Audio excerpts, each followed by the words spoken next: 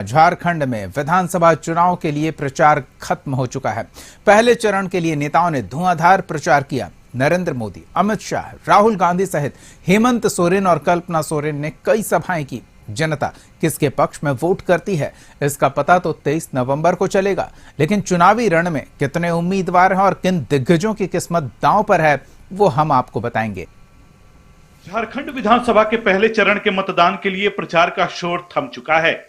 13 नवंबर को विधानसभा की 43 सीटों के लिए वोट डाले जाएंगे, जिसके लिए चुनाव मैदान में 683 उम्मीदवार हैं और दांव पर लगी है कई दिग्गजों की किस्मत।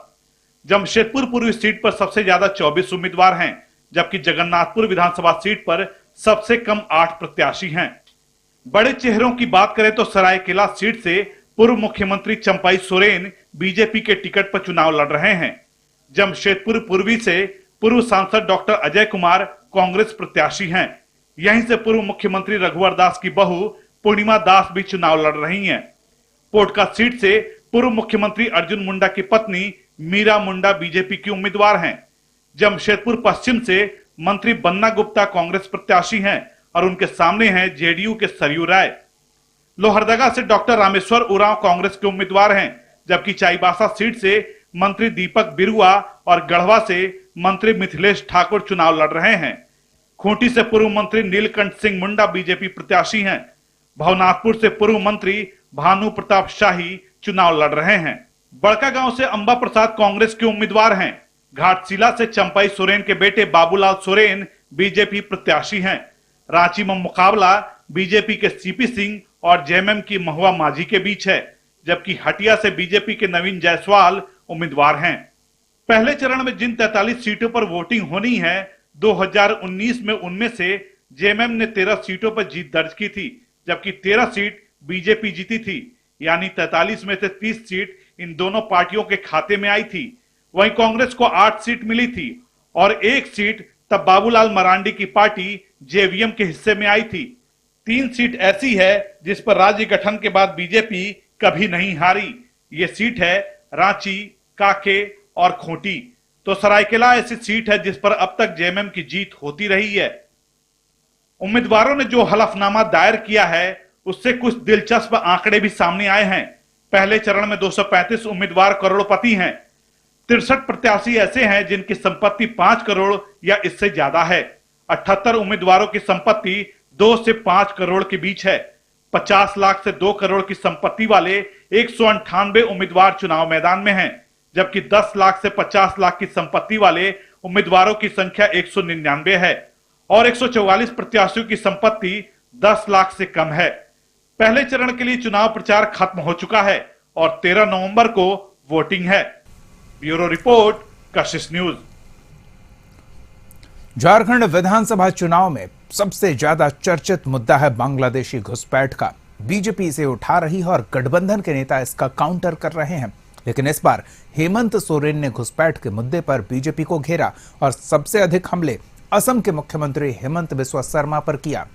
साफ कहा कि चुनाव में असम से घुसपैठियों को ट्रांसफर किया जाता है।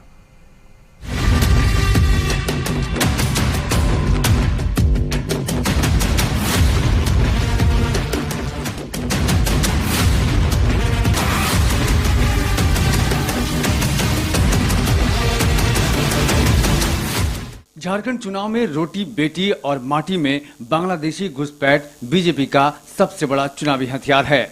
बीजेपी का हर बड़ा नेता इसे लेकर हेमंत सरकार पर हमलावर है। मुख्यमंत्री हेमंत सोरेन ने कई बार इसके लिए केंद्र की नाकामी बताया, लेकिन गढ़वा के भवनाथपुर के गोसाईबाग की चुनावी सभा में हेमंत सोरेन ने घुसपैठ के आरोप पर सबसे बड़ा हमला असम के मुख्यमंत्री हिमंता बिस्वा शर्मा पर बोला। उन्होंने साफ कहा कि सबसे अधिक घुसपैठिए असम में हैं। चुनाव में घुसपैठिए अलग अलग प्रदेशों में ट्रांसफर किए जाते हैं। जहां लोग आपस में लड़ते हैं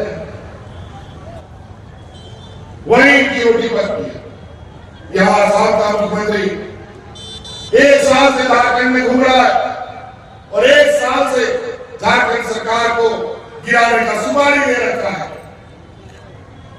यह रोटी बेटी का बात करता है, घुसपैठी का बात करता है। सबसे अधिक घुसपैठी आसाम में घुसे पड़े हैं और ये अलग अलग राज्यों में सप्लाई करता है और घुसपैठी के बाद हम लोगों को बोलता है। ये केंद्र का विषय है, केंद्र को साथ देना चाहिए, क्योंकि सीमा का सुरक्षा का जिम्मा केंद्र सरकार के पास है, गृह मंत्री के पास है।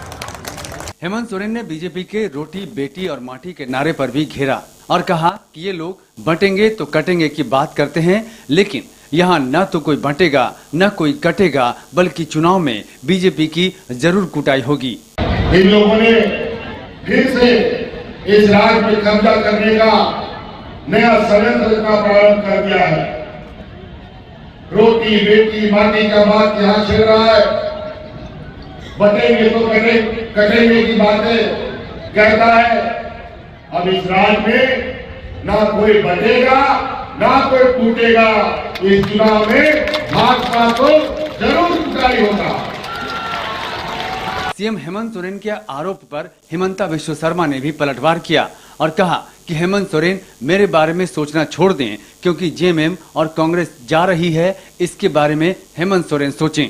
मैं क्या कर रहा हूँ उसका बारे में हेमंत सोरेन सोचना छोड़ दे, वो जेएमएम और कांग्रेस के बारे में सोचे, दोनों हार रहा है। चुनाव में दो मुख्यमंत्री घुसपैठ पर आमने सामने हैं।